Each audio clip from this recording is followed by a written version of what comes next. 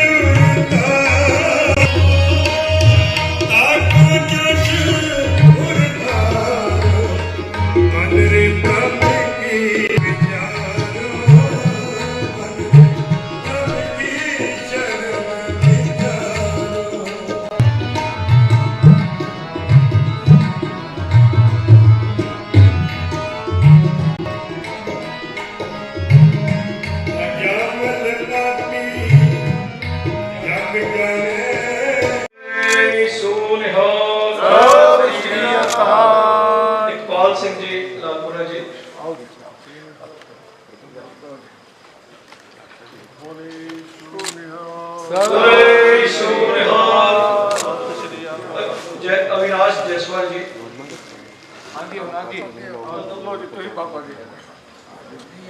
बोले सोनिहाल।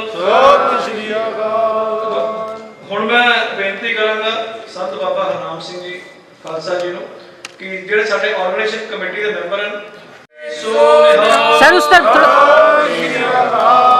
इकबाल सिंह जी लालपुरा जी निर्मला संतान निर्मला संत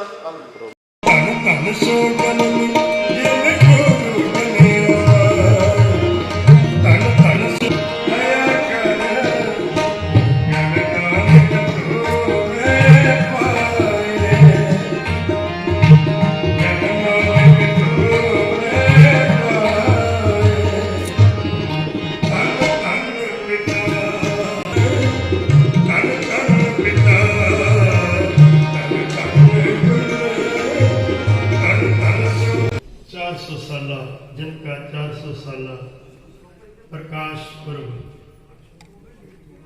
राजे भवन महाराष्ट्र बॉम्बे अंदर मनाया जा रहा है।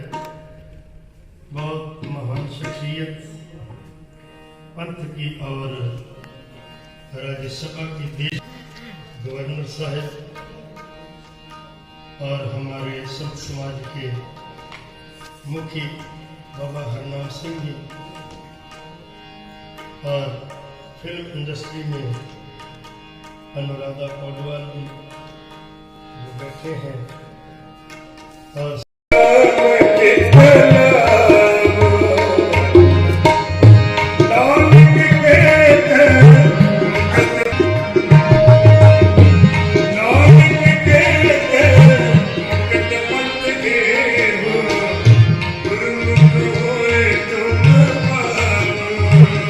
गुरु तेग बहादुर साहब जी की जितनी वाणी है सभी रागों में है और वैरागमयी है। गौड़ी राग, देवगंधारी, बेहागड़ा, सोरठ राग इत्यादि राग गुरु ग्रंथ साहब और गुरु तेग बहादुर साहब जी का एक राग बड़ा प्रिय राग है जो जय जयवंती। जय जयवंती में आप जी ने 4 शब्द उच्चारण किए, राम सिमर यह तेरे काज है, बीत जा है जन्म अकाज रे। राग में जब परमात्मा की भक्ति में लीन हो जाते थे तभी गुरु तेग बहादुर साहब जी की आंखों में वैराग के आंसू शब्द लग जाती थी, क्योंकि आप परमात्मा के रंग में इतने रंगे रहते थे कि आपकी वाणी इस बात का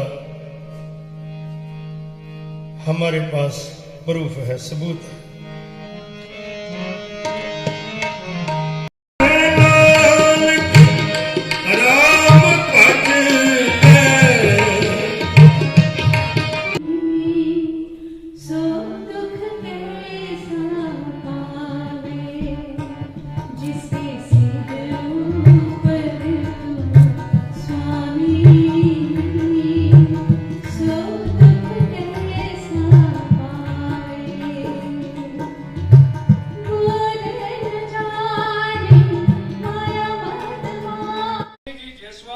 संगठन मंत्री Sikh Sangat Sardar Gurcharan Singh ji Gill, member high power committee जो कि प्रकाश पुरब उत्सव पूरे देश में मनाने के लिए भारत सरकार ने गठित की थी, अध्यक्ष Sikh Sangat Iqbal Singh ji Lalpura, forward chairman minority commission Trilochan Singh ji हमारे बीच में थे, कुछ वो अब चले गए हैं। इसी के साथ में सरीचा जी, सलारिया जी और हमारे यहाँ पर जितने भी प्रमुख गुरुद्वारों के पहुंचे हैं, एक एक का नाम लेना मुश्किल है, उसके लिए क्षमा चाहते हैं। सबसे पहले फतेह की सांझ करें, वाहिगुरु जी का खालसा, वाहिगुरु जी की फतेह। गुरु तेग बहादुर आयोजन समिति की तरफ से आप सभी का स्वागत करता हूं और ज्यादा विस्तार में ना जाते हुए, समय की मर्यादा है, जो आज का जो कार्यक्रम है इसके बारे में अधिक रोशनी गुरु जी की जीवनी पर हमारे जो बाहर से मेहमान आए हैं वो आपको इस गुरु जी के बारे में अपने विचार रखेंगे। सबसे पहले मैं आमंत्रण करता हूं राजन खन्ना जी जो कि हमारे फॉर्मर चेयरमैन पंजाबी साहित्य अकेडमी और इस आयोजन समिति के जो चेयरमैन हैं राजन खन्ना जी, बहुत संकेश में ब्रीफ में अपने विचार रखें। राजन खन्ना जी। पवित्र रूड़ी में सम्माननीय राज्यपाल कोश्यारी जी, मैं बहुत संक्षेप में ही बात करूंगा क्योंकि समय बहुत कम है और भी बहुत वक्ता है। तो जैसे कहते हैं गागर में सागर, और मेरे गुरु की जीवनी तो ऐसी है कि केवल इतना भी हम अरदास में कह देते हैं कारण नौन आवेता है, इतने में ही हम पवित्र हो जाते हैं। तो सबसे पहले मैं प्रधानमंत्री जी का भी हमारे बहुत धन्यवाद करना चाहता हूं कि उन्होंने 400वां जो उनका प्रकाश पर्व है उसको शासकीय तौर के ऊपर मनाने का निश्चय किया और उन सबको सौभाग्य दिया कि सब जगह पे स्थान स्थान के ऊपर हम इस प्रकार से आयोजन करके अपने गुरु को याद करें। 1621 में अमृतसर में छठी पातशाही मीरी पीरी के मालिक श्री गुरु हरगोविंद जी के घर में जन्म हुआ। अमृतसर में गुरुद्वारा गुरु की महली है जहां पर गुरु जी का प्रकाश हुआ और 14 बरस की आयु तक नाम त्यागमल रहा। करतारपुर का युद्ध था और त्यागमल जी ने जो अपने तेग के जौहर दिखाए, वो तेग के जौहर देखने के बाद में उनका नाम गुरु तेग बहादुर जी पड़ा। 1635 में यह घटना होती है और 1664 आते आते तक बाबा बकाला में उन्होंने तग त्याग जो किया उसकी तपस्या का आगे आने वाली घटना में मैं वर्णन करूंगा। 1664 में गुरुता गद्दी मिली और दिमाग में उसी वक्त बात आई कि जो संकट के बादल उस वक्त धर्म के ऊपर, देश के ऊपर, समाज के ऊपर मंडरा रहे थे, जिहाद के रूप में उसका जवाब कैसे दिया जाए। और वो जब वहां से निकले, पटना साहब जाके रुके, वहां से एक घटना का उल्लेख करना बहुत जरूरी है समय की मर्यादा को देखते हुए कि असम में उस वक्त जो राज था वो कभी मुगलों के अंतर्गत आया नहीं था। वहां पर राजा चक्रध्वज था और औरंगजेब का एक ख्वाब था कि मैं उस राज्य को जो कभी भी मुगलिया सल्तनत के अंतर्गत नहीं आया था उसको विजय करना है। उसने राजा राम सिंह को भेजा वहां पर विजिट करने के लिए और गुरु महाराज की कृपा और उनकी करनी देखिए कि उन्होंने उसको मनाया और बोला कि ये एक राज्य मात्र है जिसके ऊपर मुगलिया तलवार नहीं है, इसको तुमने इसके साथ में युद्ध नहीं करना और संधि कराई। उस इतिहास को दोहराएंगे नहीं, याद नहीं करेंगे, उस इतिहास से शिक्षा नहीं लेंगे तो मुझे लगता है कि फिर चारों ओर से आपदा आने में कोई कमी नहीं रहती है। और इसलिए हमारे प्रधानमंत्री जी ने चाहे गुरु गोविंद सिंह जी के 350वें जन्म दिवस पर, प्रकाश उत्सव पर अपना कार्यक्रम आयोजन कराए। आज 400वें जयंती पर, प्रकाश दिवस पर हम सब लोग ये कार्यक्रम देश भर में मना रहे हैं, विश्व के अन्य भागों में भी मना रहे हैं।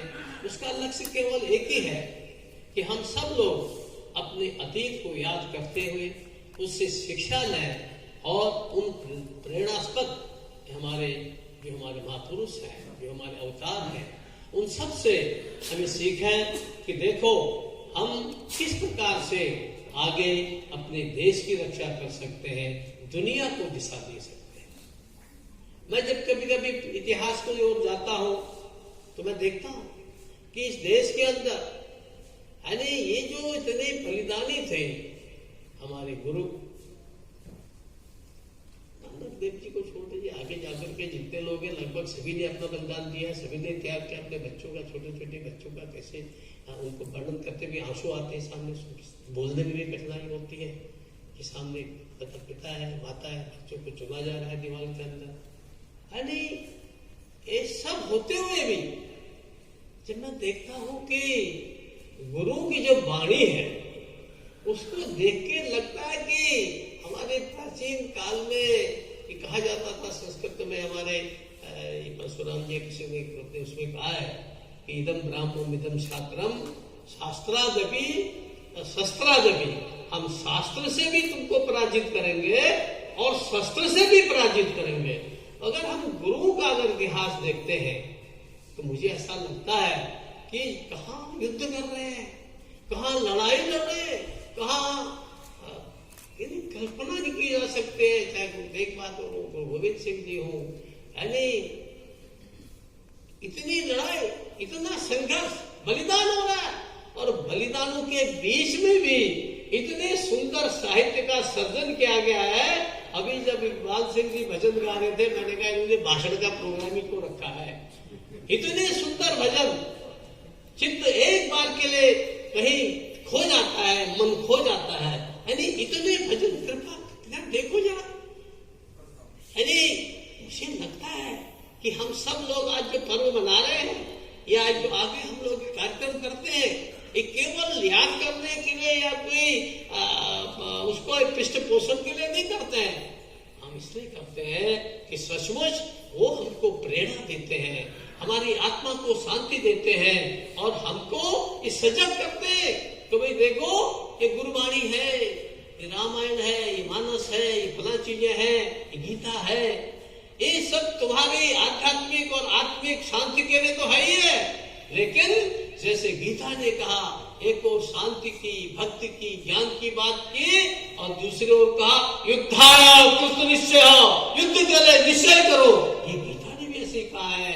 यही हमारे गुरुओं का जीवन भी हमको बताता है कि देखो हम सब शांति के लिए है, हमें आत्मा को शांति चाहिए, हमको सब कुछ चाहिए, पर संसार है, इस संसार के अंदर समय समय पर किसी न किसी रूप में सत्य भी होता है, सत्य भी होता है, तम भी होता है, ये सब चीजें होते हैं। अच्छे लोग भी होते हैं, बुरे लोग भी होते हैं। अगर केवल भजन से, पूजा से सब काम चल जाता तो फिर गुरु लोग काहे को इतना शस्त्र उठाते, काहे को इतने काम करते, गीती गाते रहते, भजनी गाते थे, सुंदर भजन है, उसमें तो कोई आत्मा सब भूल जाता आदमी। लेकिन कैसा सामंजस्य बैठा रखा है, इस भारत देश की अपनी विशेषता है।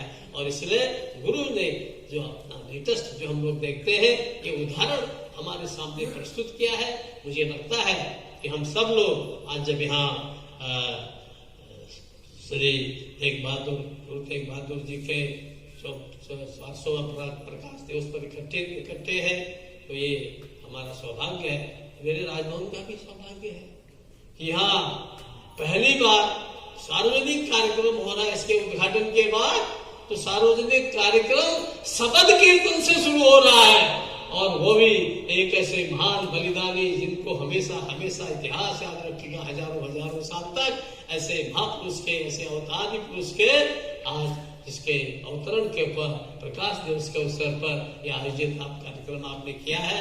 मैं आप सब लोगों को बहुत बहुत धन्यवाद देता हूँ, विशेष करके आयोजकों का बहुत आभारी हूँ कि उन्होंने और आप सब ने आकर के इस राजभवन को पवित्र कर दिया, और भजन कीर्तन के माध्यम से मुझे लगता है कि आपने हमको और विशेष करके मुझे भी ये प्रेरणा दी है कि हम जीवन के अंदर अपने गुरु जी को, अपने जो हमारे जिन्होंने इतना बलिदान किया है, त्याग किया है, उनका स्मरण कराए, भविष्य में ऐसी जरूरत न पड़े, इसके लिए समाज को तैयार रखें, हमेशा समाज को सन्नद्ध रखें।